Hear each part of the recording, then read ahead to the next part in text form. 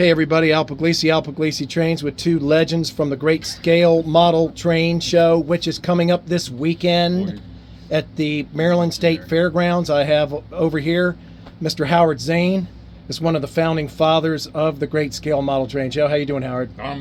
We always ask that. I'm doing fine. And Scott Nichols, the general manager of the Great Scale Train Show. Folks, I'm not trying to toot the horn of this train show, but virtually everything on my layout a lot of my stuff came from this train show. Great deals, hundreds of vendors, and I'm not going to run my mouth anymore.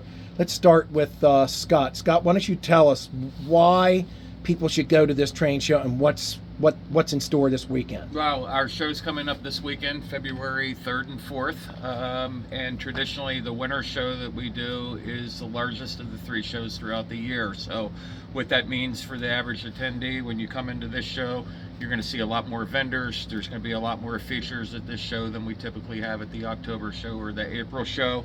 I think we're tracking about 750 tables for this show. Okay. We also have some big vendors that are coming down. Springfield was last weekend up in Massachusetts, so we have a couple of the larger vendors that were there that are going to stop at this show on their way back out west.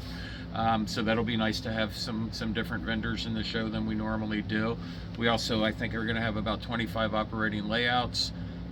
Our White Elephant table is expanded. I think we're up to about 28 tables now for the White Elephant table. Now, tell people in case they don't know, what the White Elephant table is. White Elephant table is a sales area within the show that if you want to come and while you're shopping and you have some things that you want to get rid of, you can put them on our White Elephant table, and it's staffed by our people, and they will sell your goods for you. We charge a 15% commission. So you can sit it on the table, go do your thing, and then come back and collect your money minus the 15%. So it's a good way to get rid of some unwanted merchandise without having to commit to buying a table and man the table all weekend. Right. Let us do the heavy lifting for you. And it's great because you've got hundreds of people that will actually look at your stuff while you are shopping. Absolutely. And typically the winter show is the best attended show out of the three. I would expect that we could have upwards of 4,000 people at this show. We also have clinics, which is something that, while it's not new, it's something we've been doing the last, I guess, 4 or 5 years now. So we'll have a clinic area where we do some presentations about scenery. We do some things about DCC. So this show should be action-packed. And it's all scales. All scales, HO, N, Z, G. You might find a little bit of narrow gauge there as well. And Howard, why don't you give us some stories or how you started the show or anything you want to say about the show? Well, originally, all the shows in the area back in the 70s were about tin plate or high rail. And we were kind of frustrated, so we wanted a show for scaled people only. Mm-hmm. Ken, my partner, was also a model railroader and my next door neighbor. So we would play choo-choo every night and we talked about a show. So in 1980, I bought a bunch of land over on Route 90, was it 197 and 29? Mm-hmm. And 198. That's it, 198, thanks, Scott. And I was going to build an 80-foot strand steel building for the show, and of course then lease it out to other functions. But then again, I heard that they're going to relocate 29. And I said, hey, I'm not going to deal with this, so I backed out of the deal. Damn. And 2 years later, we managed to start the show at the Ellicott City Armory.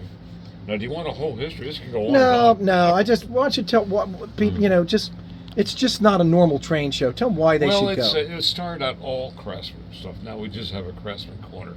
The show runs, it's a microcosm of what's popular in the hobby today. Right. Years ago, we had a tremendous amount of people who wanted to scale stuff.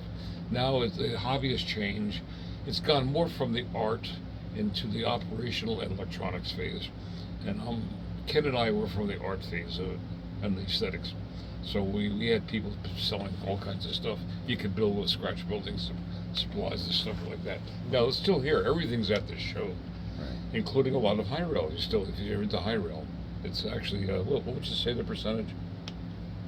Out I of haven't been there. 750 tables, we probably have 150 tables dedicated to high Great rail. High rail. gallop, it gobs of goat shit. That Yeah. 150. Probably, yeah. Yeah, it's grown. Yeah, And- I mean, just the section that we do within our show of O gauge is the size of an average Greenberg show. And folks, it's worth going to see the big layouts. They're modular layouts that are Oh, yeah. hundreds of feet. I mean, they're enormous.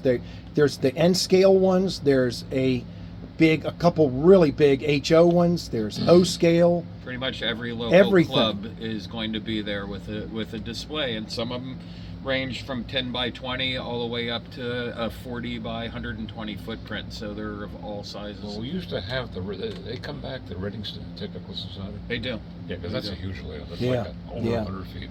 Folks, if you like trains, it's worth going just to see the layouts. Just to see, I mean, obviously you can buy there's train memorabilia, there's clothes, books, videos.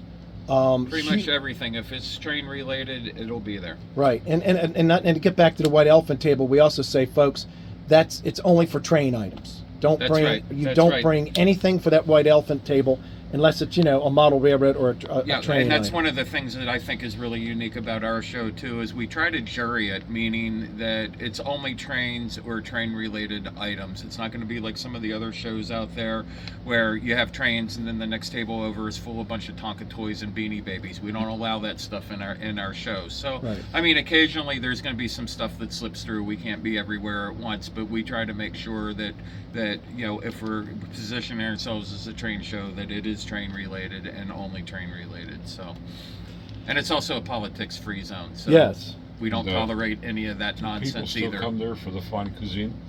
Yeah, they do. They There was do. a period we just couldn't find a decent Oh, God. food vendor. We met overly caterers that were great, and all of a sudden they got out of the show business, and then of course they sold it, and the two people just didn't work out too well. But there's a period we went through about 5 or 6 different food At least, vendors. yeah. There was one humorous story, Al. If you want to. Yeah, we'll do that. We'll do the humorous stories in part 2. Oh, okay. Where, so, folks, if you want to hear humorous stories, they may be a little on the dirty side. This is not a XXX rated channel, No, but but it is Howard Zane. it so. it is. We're not going to sugarcoat crap. I'm not G-rated.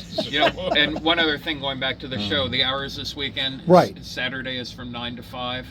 Sunday is from 10 until 4. Okay. It's a Cow Palace. It's in the Cow Palace at the Fairgrounds. It's 2200 York Road in Timonium, Maryland. So it's off, I think, exit 17 on Route 83. Yes, very easy to get to. Easy to get to. Lots of parking. Lots of parking. And one other thing I wanted to touch on that I didn't mention when you were talking about the artistic end of this, we still do have a few brass dealers, myself being one of them, and there will be quite a bit of brass at this show. And also we do have the Craftsman Courtyard making an appearance again, and that's a special area within our show that we like to present it as a show within the show, where it's specific to craftsman kits and some of the more artistic parts, scratch building, different paints, all that sort of thing, as opposed to the ready to run. So if you're still into more of the artistic and scratch building end of it, there's a lot of that stuff there as well in this Craftsman Courtyard area. I'll tell you, I make you a promise. Before I croak off, I'm going to get back to a show. Well, you guys, I really appreciate it. Taking time. Folks, please go to this show. It is a great show. I'm not going to be able to make it to the show this weekend, but it is a awesome show. Hey, guys, thanks so much for taking some time. You're welcome, You're Al. quite Thank welcome, you. Al.